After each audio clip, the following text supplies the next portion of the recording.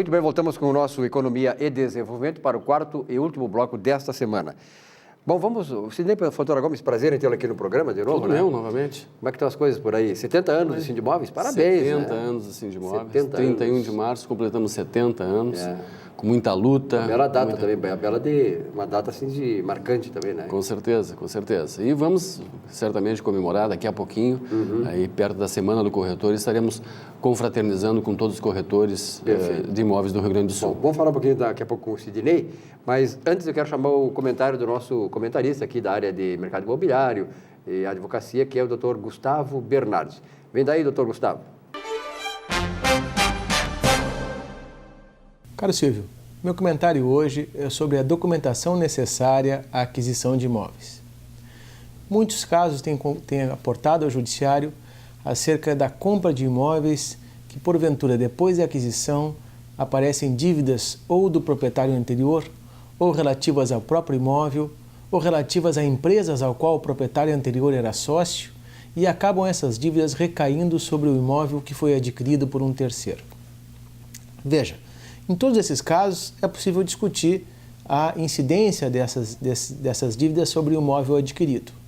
Mas antes dessa discussão judicial, é muito importante que a gente estabeleça qual a documentação necessária para fazer uma compra bem feita, uma compra segura, uma compra que venha minimizar qualquer tipo de problema posterior. E daí vamos separar o que é compra de pessoa física e compra de pessoa jurídica. Quando eu estou falando de imóveis comprados na planta, imóveis incorporados. Veja, eu fiz uma colinha aqui que é para a gente estabelecer um a um quais os documentos necessários. A lista é extensa porque no Brasil hoje existe um sem número de certidões que devem ser obtidas em locais distintos, em locais diferentes, mas que dão a maior segurança à aquisição de qualquer imóvel. E vamos começar pelo seguinte.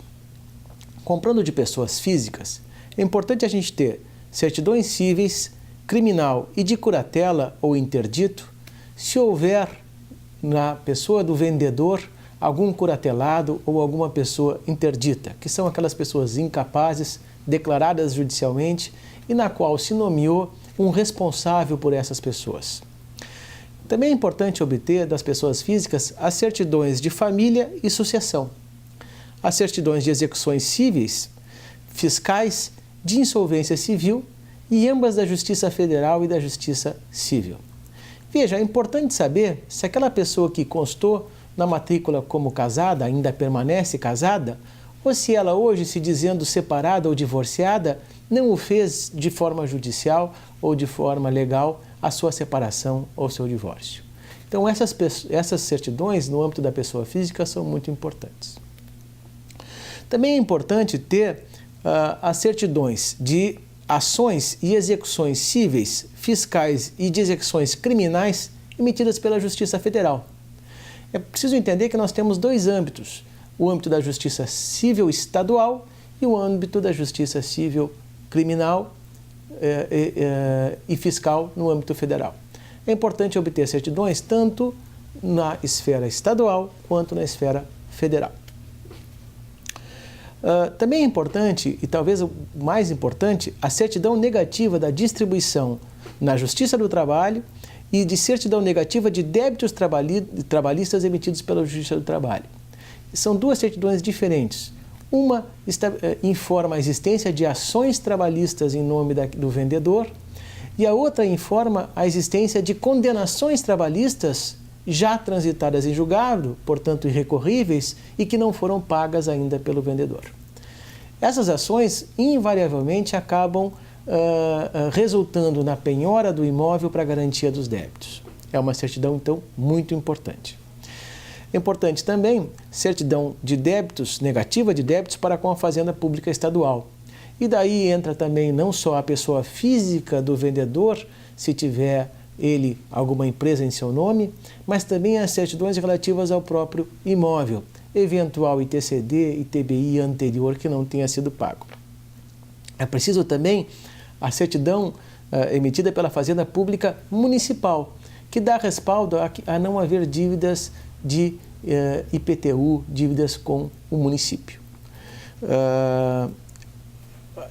Também a gente recomenda que tenha a certidão civil atualizada, que é nada mais do que o registro civil da pessoa física, tanto do vendedor, da esposa ou de todos os envolvidos.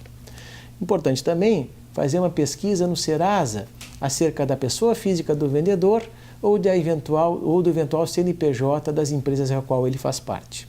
Além disso, a gente sugere cópia do RG, cópia do CPF, comprovante do endereço residencial, se for um outro além daquele próprio do imóvel, certidão de débitos condominiais, ou seja, uma informação da administradora de condomínio de que aquele imóvel não tem débitos condominiais, e também, o que é muito importante, uma matrícula atualizada do imóvel. Não se contente com uma matrícula de 2, 3, 4, 6 meses anteriores. Tire uma matrícula atualizada do imóvel. E tire também uma outra certidão chamada certidão vintenária, que é uma certidão emitida pelo Registro de Imóveis acerca de débitos que num transcurso de 20 anos relativos ao imóvel.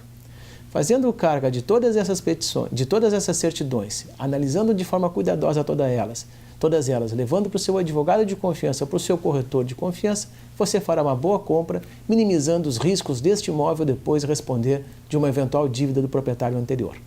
Esta é a minha dica de hoje, Silvio.